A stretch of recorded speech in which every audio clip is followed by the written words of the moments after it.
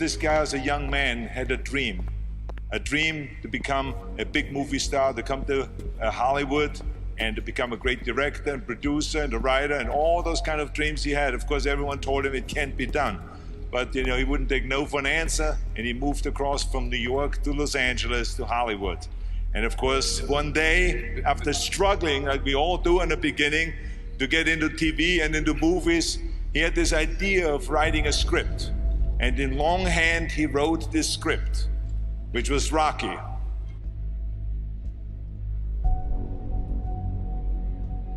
It's all about dreams, and by the way, dreams cost nothing. They're free.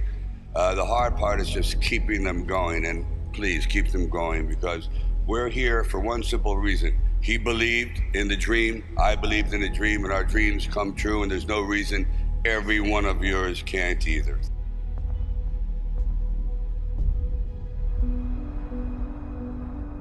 I used to sit in this little apartment, and it was a room. As a matter of fact, the room was so small, I remember I was able to open up the window and close the door while sitting on the bed at the same time. It was like 8 feet by 8 feet by 9 feet. But the one thing about that room, there was really very little distraction. So I would sit there propped up in bed, and I'd go out with my big pen and legal pad and just start writing these stories. And most of them were very, very trivial. But there was something about the process of unrealized dreams. I was always brought back to this subject because I think it's one of the most enduring subjects and one of the most difficult passages for people to accept, that they never were realized in their own lifetime, that they just didn't get that shot. I decided it was a time to come to California. So I went to California, and I moved in the Valley, and things weren't going very, very well there. As a matter of fact, I had to go out and try to sell my dog because it was either do that or he just was not going to be very well fed. And then one night, I went to see Muhammad Ali fight. For one brief moment, this supposed stumble bum turned out to be magnificent in the fact that he lasted and knocked the champion down. I said, boy, if this isn't a metaphor for life. His entire life crystallized at that moment. He will be remembered for all eternity, at least among the fight fans. He did something extraordinary. I said, now that is probably what I need as a catalyst for an idea. A man who's going to stand up to life and take one shot and maybe go the distance. So I started to write. And it was one of those writing frenzies. And 3 days later, I came up with the script of Rocky. Now, the script by no means was a finished piece of material. It was probably about 90 pages, and maybe 10% of it remained in the final script, but it was done. I first met Bob Chardoff and Irwin Winkler, and I believe I was there on a casting call. So we're talking a little bit, and I guess I really wasn't right for the acting part. And on the way out, I said, oh, I don't know if it matters, but I do a little bit of writing. He goes, really? He says, yeah, I'm writing this story. I have this thing about wrestlers, and I might do something about boxing. Well, he says, well, bring it around. And I thought, if I hadn't stopped on the way out, that's why I tell all actors or writers, don't give up, keep talking. Eventually you might hit a nerve somewhere and they go, come on back. And if they didn't say, come on back, or bring it later and let's see what you've developed, I wouldn't be sitting here. So I have to give incredible credit to their insight and their patience, and they're willing to take a chance, which it doesn't exist much anymore, unfortunately.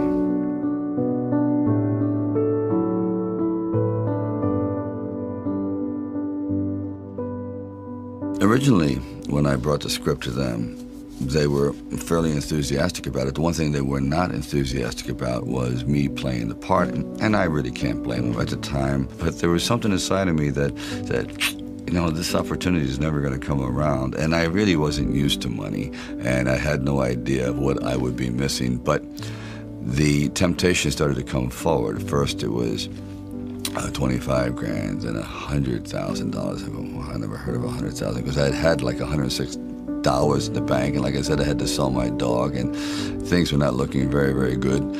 My $40 car had just blown up, so I was taking a bus to work. But still, it didn't matter. I wanted to stick with it. Then it went up to $150,000, $175,000, it went up to $250,000. Now my head was starting to spin.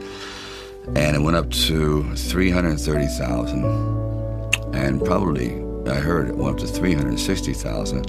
And I thought, all right, you know, you've really managed poverty very well. You've got this down to a science. You really don't need much to live on. I had like sort of figured it out. So I was not in any way used to the good life. So I thought, you know what?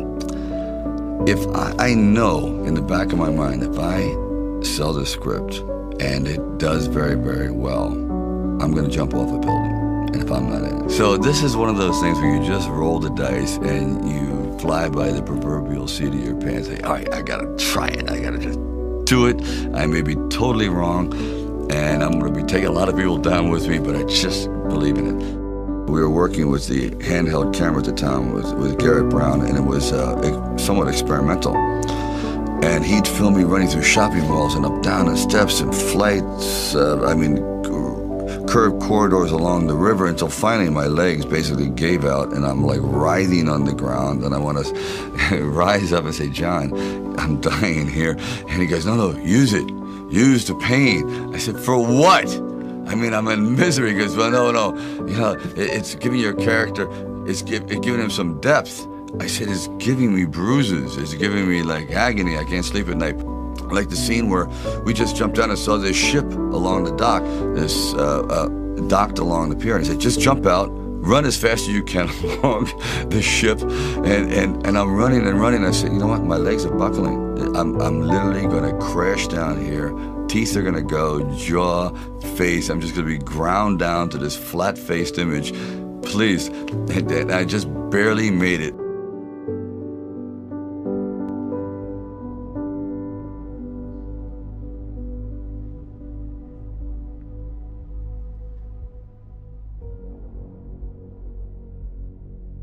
The world ain't all sunshine and rainbows.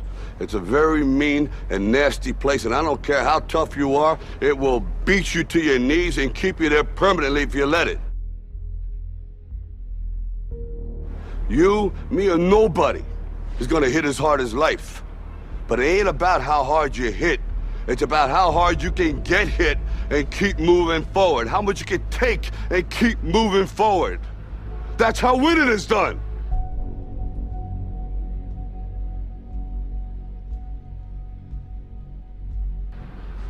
Now, if you know what you're worth, now go out and get what you're worth. But you gotta be willing to take the hits and not pointing fingers saying you ain't where you wanna be because of him or her or anybody. Cowards do that, and that ain't you. You're better than that.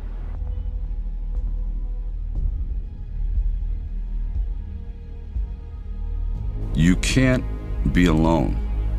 To really succeed, no man really is an island. When you find the right components in your life, the right people that gel with you, then you feel as though you're invincible. It may be a fallacy, but you at least feel as though you can take all that life has to dish out.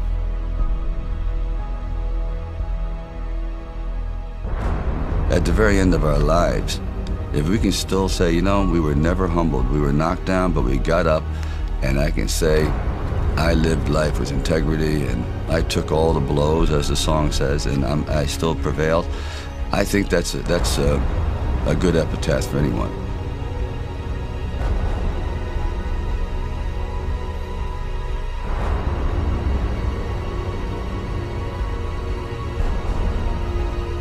It's all about dreams, you know, and by the way, dreams cost nothing. They're free.